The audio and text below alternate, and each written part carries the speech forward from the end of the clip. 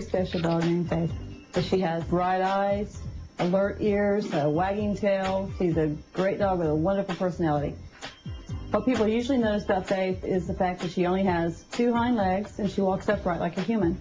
When people see Faith, everything stops. Faith has actually gained celebrity status because she's the only 2-legged dog in the world that we know of that walks bipedally. I became Faith's mom January the 21st of 2003. My son's friend called Reuben and asked him to come over and help him retrieve some dead puppies. Reuben noticed there was another dog. He reached under that dog and he found Faith. She was dirty and we could tell she needed help, and that was when I noticed that she didn't have any legs in the front. Faith began walking only after she began hopping. We taught her how to hop using peanut butter on the end of a spoon. If she would hop, we'd let her have some of the peanut butter, and she had no idea that she wasn't a normal dog after that. Faith is a part of our family. Faith sleeps right beside me every night. Every morning we wake up at 6 o'clock in the morning to get ready to go to school. She'll even come to the breakfast table to steal a treat for herself. I'm a professor of English and a high school teacher, and sometimes I like to take Faith to school with me. The kids love her. Students think that she's the most incredible, unique dog they've ever seen. After a hard day's work, Faith loves to go to the dog park and meet up with some of her 4-legged friends. She always puts a smile on my face. When I take Faith for a walk, she walks right beside me. Everyone who sees Faith, they can't take their eyes off her. They have to see more. And she's got to come here, Faith. You're such a sweetheart. I love you. Faith is a very happy dog. Look at her face. Look at that tongue wagging. She loves us, and we love her, and she gives back more love, I think, than any other dog I've ever owned.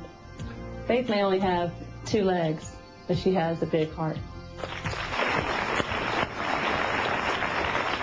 Ladies and gentlemen, welcome Jude and Faith to the show.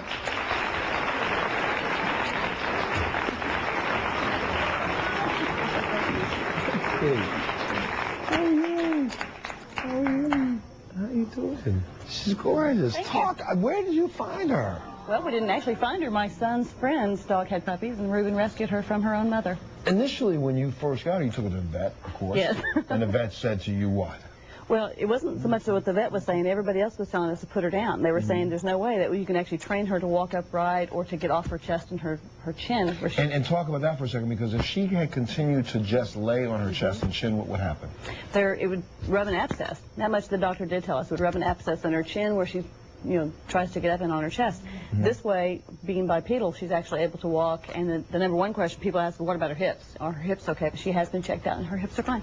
But, okay, so now how did you teach her to do this? Because this is not natural for a dog. No, it's not. And, right. and I would have to say supernaturally. We prayed about it a lot, and of course, we did work with her. But we actually taught her to hop. It was one of our other dogs who taught her to run. Well, you talked about how you did this in the wintertime and in snow. Explain this for a second. It had snowed, and we knew that it was going to be cold. If we put the dog outside, she had a choice to make. She could freeze or she could hop.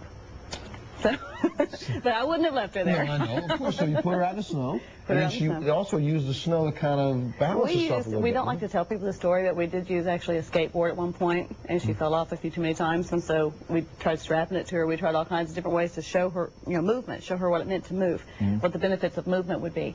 So when we did put her out in the snow, and she did have to stand up like a rabbit, we were able to get her to hop 1 time and reward her, hop 2 times and reward her, and then she realized that, hey, if I hop, I'm going to get rewarded. Gotcha. So, and then what after the hopping though? Okay, this, I mean, like strolling along like, yo, what's up? What's up? How you doing? How do you? What's it? Yeah. Yo, what's up? Tell us about the book. Tell us about the book. I did have an opportunity to write a book because so many people wanted to hear her story. And I know that to tell a story, you have to tell the story before the story in order for it to be interesting. So she's going to check things out. Let's go. So the story itself is about our family, what we went through just prior to getting Faith in our lives. And it was tragic, and there was a divorce, and there was a kidnapping, and there was some torture involved. And so we had to get through that before we could actually train Faith to be a natural dog or a normal dog. After we were a family again, we were presented with this gift, our dog, and we had to use our faith, we had to use our community, we had to use our church, we had to use anyone who was willing to help us. So wonderful. Well, you know what?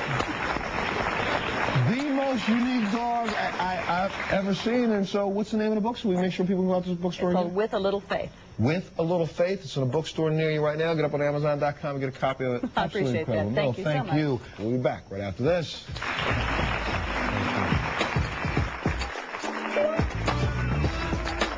I went out in my pajamas, barefoot.